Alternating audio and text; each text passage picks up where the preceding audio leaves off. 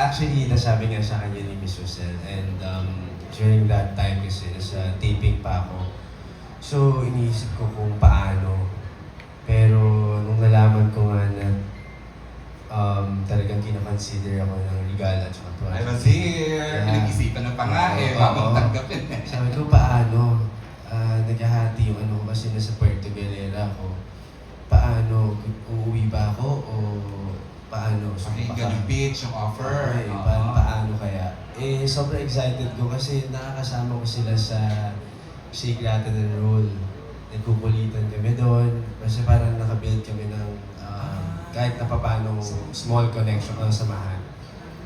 Tapos parang ako din, kinonsider ko rin kasi itong dalawang to, sa totoo lang, totoong tao sila. So para sa akin, hindi ako mahihirapan makipagtrabaho. Kasi factor din yun eh. I mean, papasok ako sa gitna ng taping nila. So iniisip ko rin kung paano kaya, hindi pa kami nag-workshop eh. Diba? So inisip ko, hindi, game na. Kasi sigurado naman ako maayos. Sa sarili mo game na, pero pinag-intay mo lang kami ng ilang weeks. Hindi naman, kasi nasa lock-in ako eh.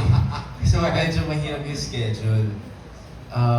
Ayun, tapos, yun nga, si Direk Dan, Villegas, may mag-direct. So talagang na-excite ako at some point.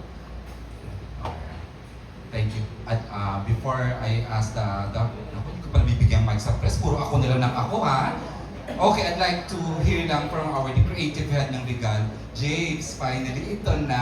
Natapos na finally from almost showing na tayo sa May 6. Your thoughts as the head of creative ng Regal?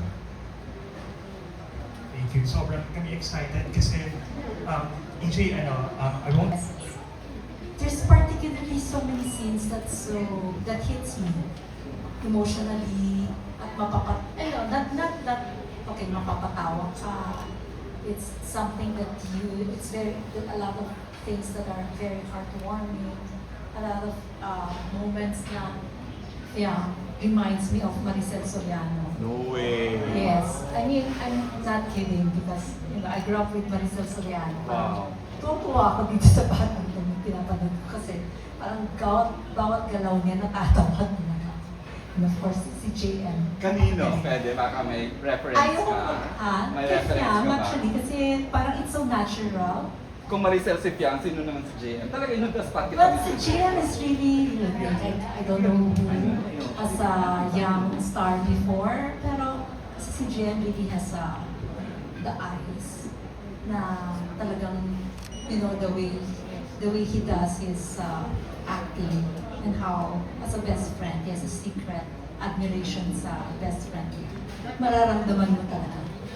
Yun talaga. I mean, it's so natural. Parang they're not really acting. Oo. Carry away ako sa mga eksena. Especially one scene, more towards the third act, na napaiyak pa. Wow. Seriously, napaiyak niyo ako.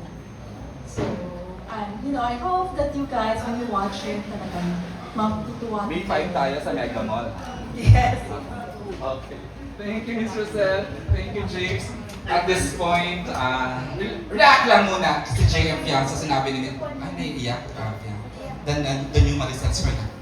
Comment sa sinabi ng producer natin, Fiang. Nakaka-pressure naman po yun. Speechless. Sobra. Ako nagulat ako sa revelation. Ganun level, ganyan. Maraming salamat po, pero... Naiyak ko eh. Uy, hindi ganyan si Fiang. Speechless talaga kasi usually may sagot agad yan eh. Pero ngayon, hindi niya alam matos eh. Kasi ako nagulat din what Mr. Rosel delivered. Nakakatuwa. Nakaka-pressure. Yung relatability siguro talaga ng pelikula, ang lakas. And of course, yung may mata raw, tayo walang mata. Si JM may mata daw kasi. JM, may mata ka daw. So ibig sabihin, importante ang mata sa isang aktor. Any word, any comment? Thank you, man. Hindi ko rin alam ano sasabihin mo. Thank you po. Siguro, thankful po kami sa Regal sobra. Kasi bukod sa sila yung nagbigay ng first film namin sa SRR. And yung dream team namin na magkaroon kami ng solo film, sila din po yung tumupad. So sobrang yung nararamdaman namin para sobra na kung gaano kami ka-grateful na meron kaming sila. So sana po proud kayo sa pelikula natin. Oh. Sir Key, you have seen the rushes, the edits. Would you like to say the same sa sinabi ni Mr. Sir JP, about the finished product? Yeah. Hello? Yeah, you're on. Medyo. Yeah, the finished product was good. I mean, like, there's a lot of laughter. Pero may konting hugot pa rin. I guess my mom medyo umiyak siya. And then honestly, I got to preview some of the rushes to, I can't name them, pero some industry people, some of them very senior, matagal na tagal sa industry, and so many of them actually really did compare Piang to my sister. Wow. So like, not just my mom, but a lot of praises for You had it previewed by different ages, parang gano'n. Tapos ngayon, sa pelikulang ito, support ka sa JM Piang. Hindi ka pa natatakot na ano ka, na-typecast ka sa pambansang third wheel?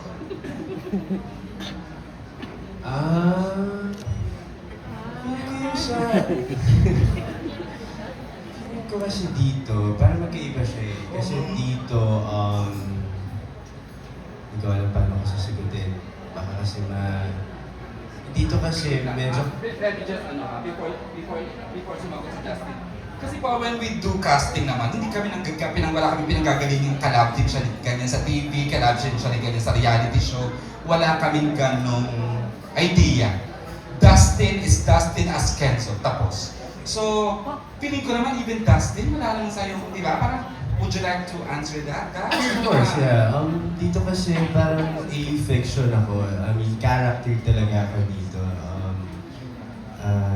Clear naman from the start na hindi ako part ng relationship or what. Mapapanood nyo yun for sure. And dun naman sa natapos kong pelikula, I don't think, honestly, na third wheel ako. Kasi tatlo naman kami doon. I mean, it's a love story between three people.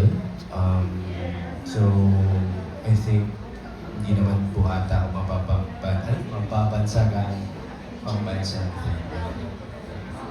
Okay, thank you. Thank you. Okay, ang next question ko para sa JM Piang. Sa interview kay OPBS, inamin mo, JM, na nililigawan mo si Piang. Ngayon, since it's National Aminan Day, tatanungin ko si Piang, ano ba yung biggest score sa inyo? Very open po kami patungkol sa aming relationship na nililigawan niya po ako. And yeah, very open kami na tagal na din namin sinasabi na naliligaw pa din po si JM hanggang ngayon. So, Hindi pa sinasagot. masyado pa pong mabilis. So, yun po, up until now, si JM still courting me. So, ang pangit po kasi kung mamadaliin namin yung isang bagay na hindi naman kailangan lagi nagmamadali. And of course, mas focused din kami pareho sa career namin while doing our thing. So, ayun. Naniligaw pa din po si JM. JM, anong masasabi mo doon? Ayan, totoo naman po yung narinig. Since then naman, naging vocal ako sa part na yun. And, ayan. Sabi ko na hindi ko na binigay ang mic ka Archie. Charot lang, joke ko. Just kidding. Okay, who I'd like to ask the first, Goldwyn, about the movie please. Let's focus about the movie, sorry. Thank you. Here's Goldwyn. Hello, marami nagsasabi, marami nagsasabi kanina pa ulit-ulit, marami na kayong baon, tapos sarili kayong take sa script. So na-curious ako, ano ba yung mga eksena dito na kayo nag-suggest, nag-edit? What can you share? Tsaka, paano nyo rin siya sinasabi, nahihiya ba kayo or what? And yun. Tsaka ano yung mga eksena or linyang sa inyo nanggaling? Para pag pinunod namin to sa Basics, ito yung sinasabi nila, JM Piang na baon nila. Nararamdaman ko si Goldwyn, for someone na 2 taon pa lang sa industriya, napaka-collaborative na nila, no? That they have something to share.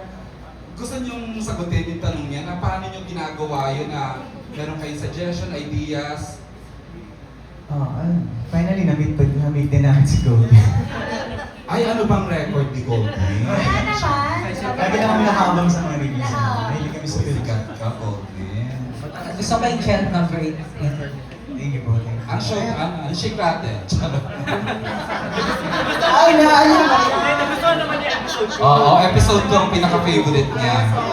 Oo, tapos na yun, 150 million na kami, sorry. Oo. Okay, would you like to answer that? Marami po, marami. Lalo na sa pagdating sa mga comedy scene. Kasi mas kilala namin yung sarili namin kung paano namin madadali yung comedy sa bawat scene. Like, example yung sa trailer, yung Actually, okay, share ka na. Nung time na yung nasa trailer naman